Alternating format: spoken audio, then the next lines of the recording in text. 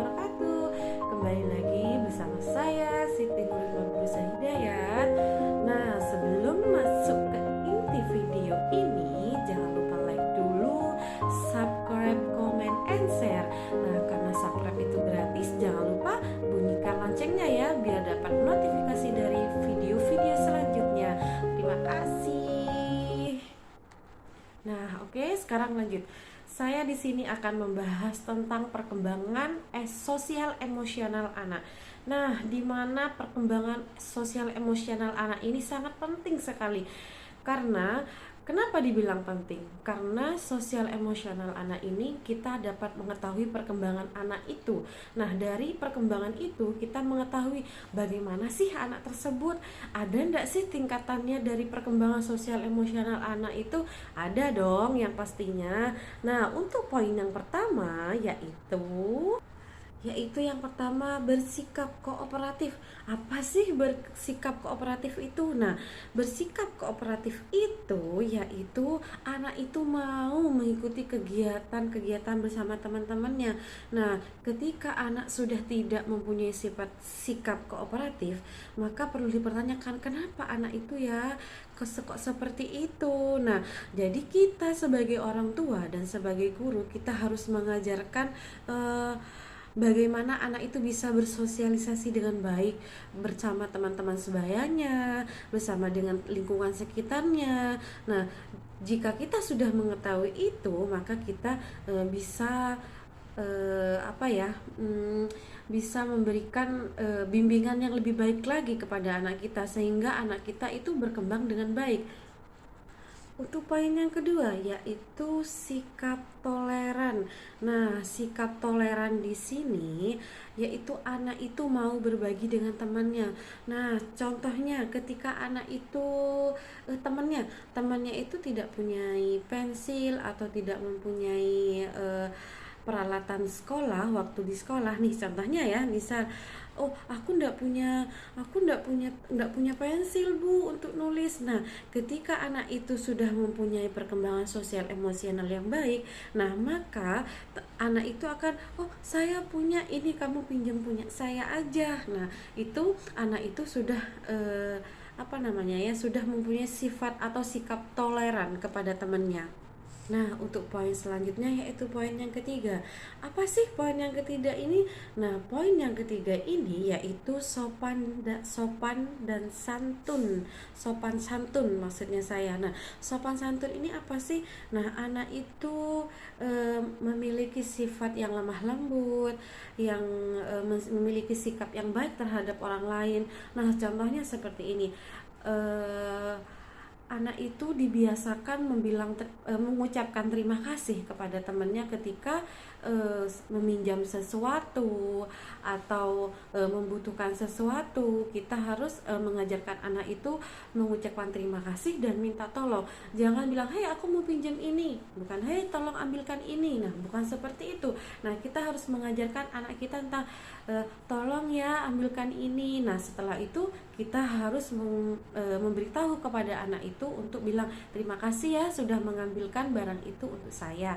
Nah, itu namanya sikap sopan santun.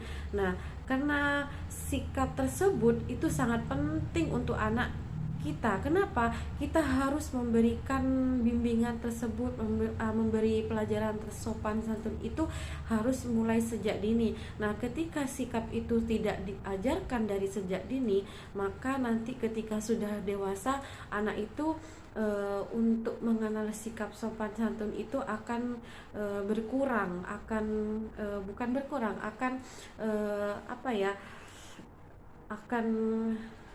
lebih tidak tahu apa sih sikap sopan santun itu. Nah, tapi ketika kita sebagai orang tua atau sebagai pendidik mengajarkan anak sudah sejak dini, nah maka anak itu akan mempraktekkan setiap hari apa yang sudah diajarkan. Nah, sebagai orang tua pun tetap harus memberikan contoh yang baik juga kepada anak supaya anak tersebut mencontoh sikap kita yang baik juga. Nah, penting karena apa? Sikap anak yang masih kecil, yang masih dini itu, apalagi yang masih usia TK gitu. Nah, itu anak akan mudah mencerna apa yang sudah kita lakukan.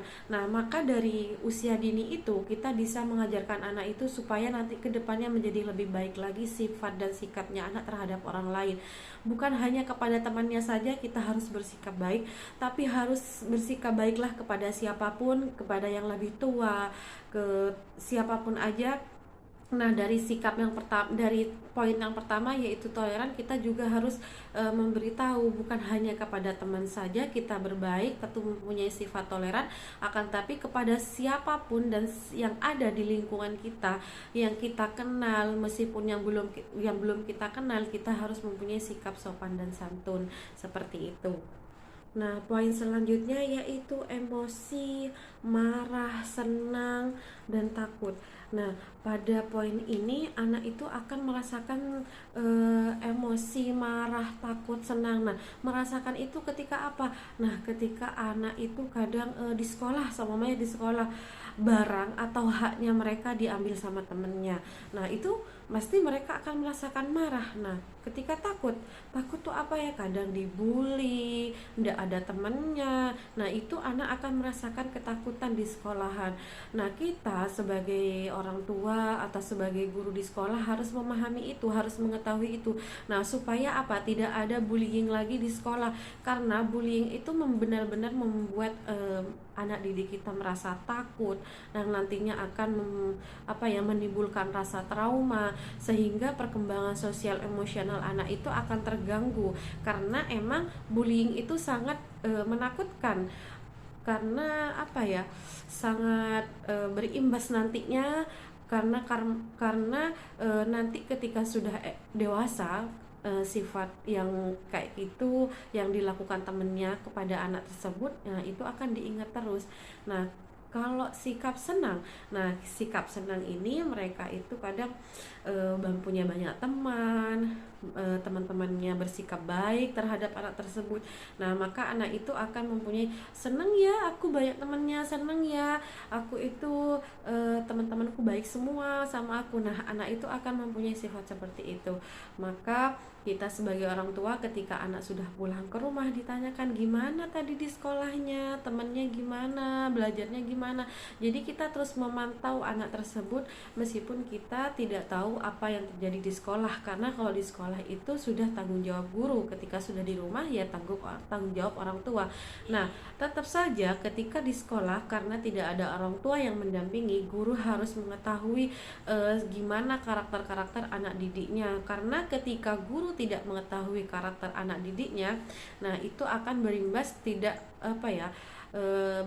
itu tidak baik, karena ketika kita hanya mengetahui 1-2 orang saja karakternya, maka untuk perkembangan emosional yang lainnya itu akan tidak berjalan dengan optimal seperti itu.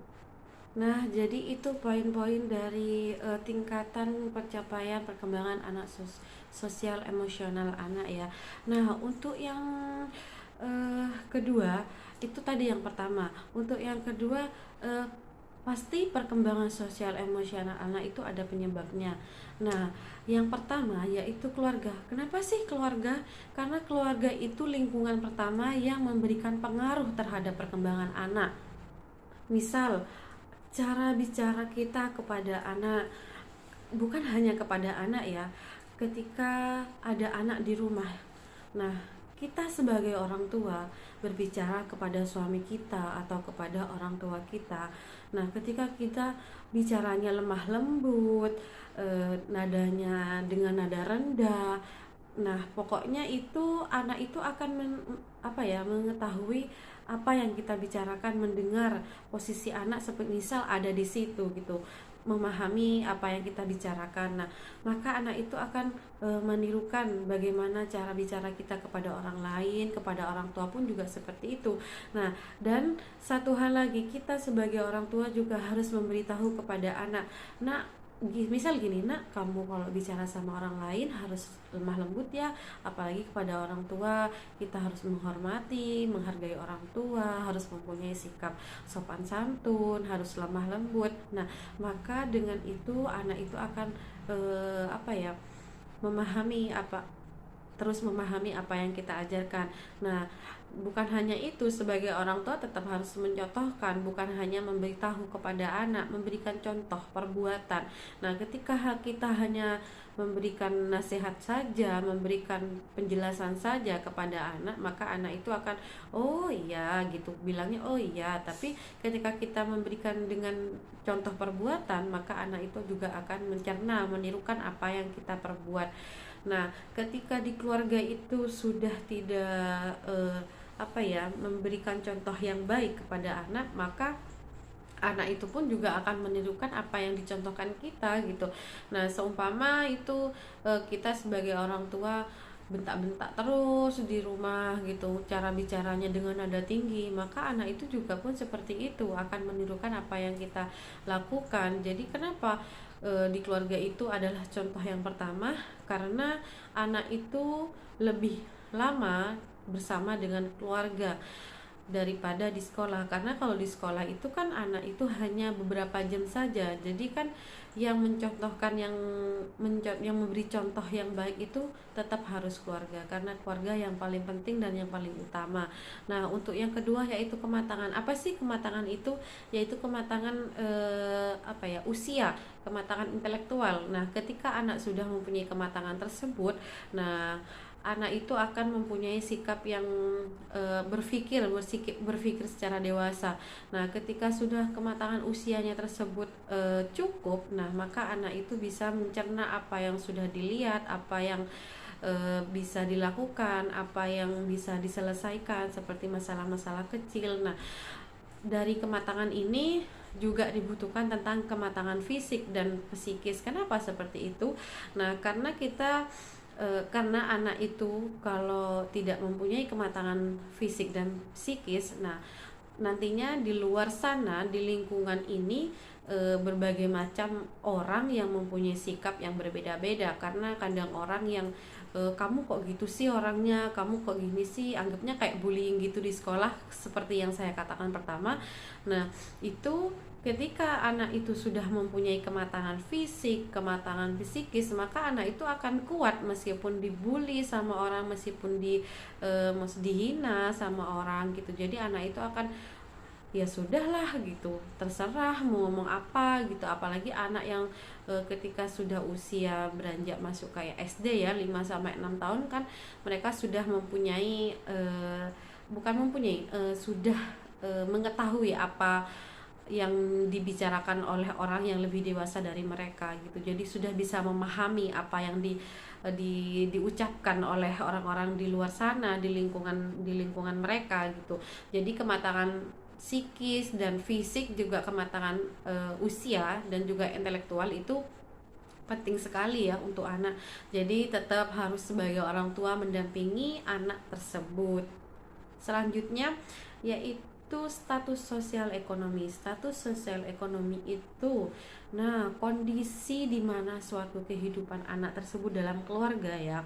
Nah, contoh gini, contoh ya, kalau sekarang ini kan sudah zamannya gadget. Nah, semua anak itu dari SD, bukan hanya dari SD, yang belum sekolah SD, yang belum masuk TK aja, kadang yang umur 3 tahun sudah itu sudah paham akan apa gadget itu gitu loh. Sudah kadang malah yang lebih tua itu malah ndak bisa gitu, malah lebih pintar anak kecil sekarang yang untuk bermain HP ya. Nah, jadi status sosial ekonomi itu contohnya di situ. Kadang ada ini misal ya, ada anak si A. Nah, si A ini status sosial ekonominya tinggi lah, dibilang orang berada gitu kan. Nah, sedangkan si B ini orangnya yang di bawah lah, di bawah dari si A ini. Nah, ketika kadang kan sekarang anak geng-gengan gitu kan, mainnya jangan main sama itu dah, itu loh kayak gini nggak punya HP gitu, kadang ada gitu. Nah, itu kan nanti akan berdampak pada perkembangan anak tersebut. Dia kan kenapa sih mentang-mentang aku udah punya HP, aku udah punya teman.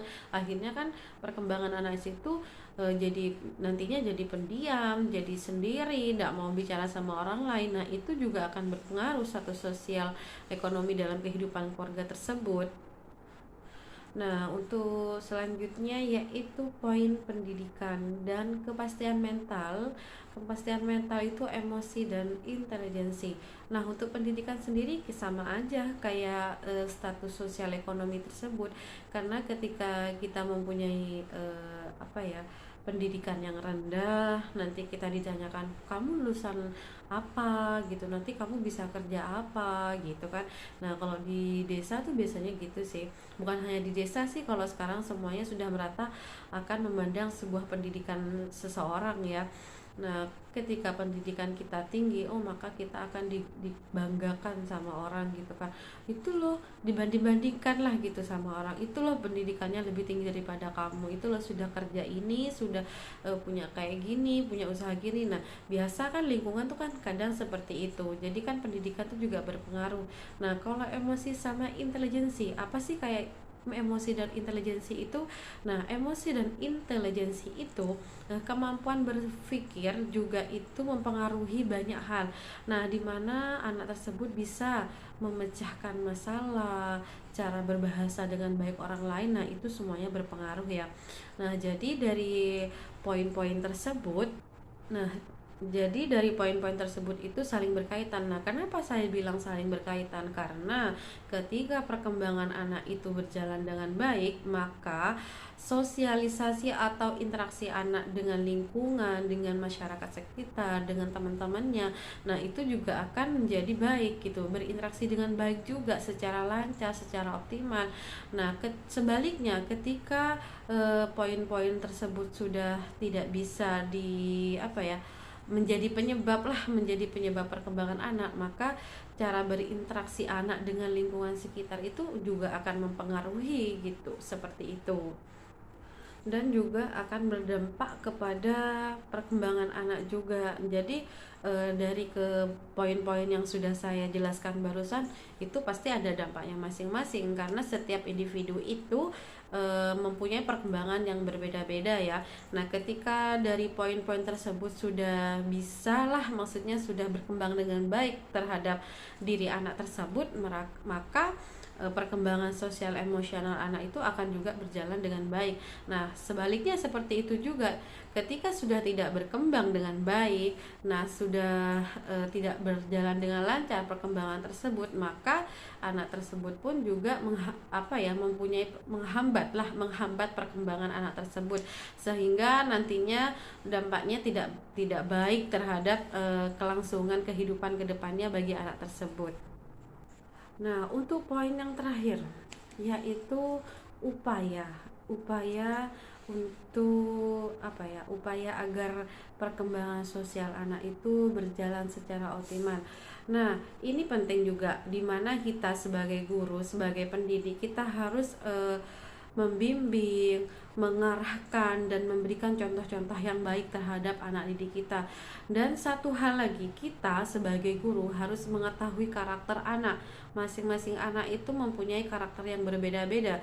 Jadi kita sebagai pendidik harus memahami itu, karena penting sekali ya mengetahui karakter anak didik kita itu. Nah, jadi upaya tersebut juga bisa dilakukan dengan memberikan kegiatan-kegiatan kepada anak didik kita, seperti halnya melakukan kegiatan bermain bersama temannya, terus memberikan contoh kepada anak, seperti contoh kemandirian. Nah, harus bisa melepas dan memakai sepatu sendiri, seperti itu.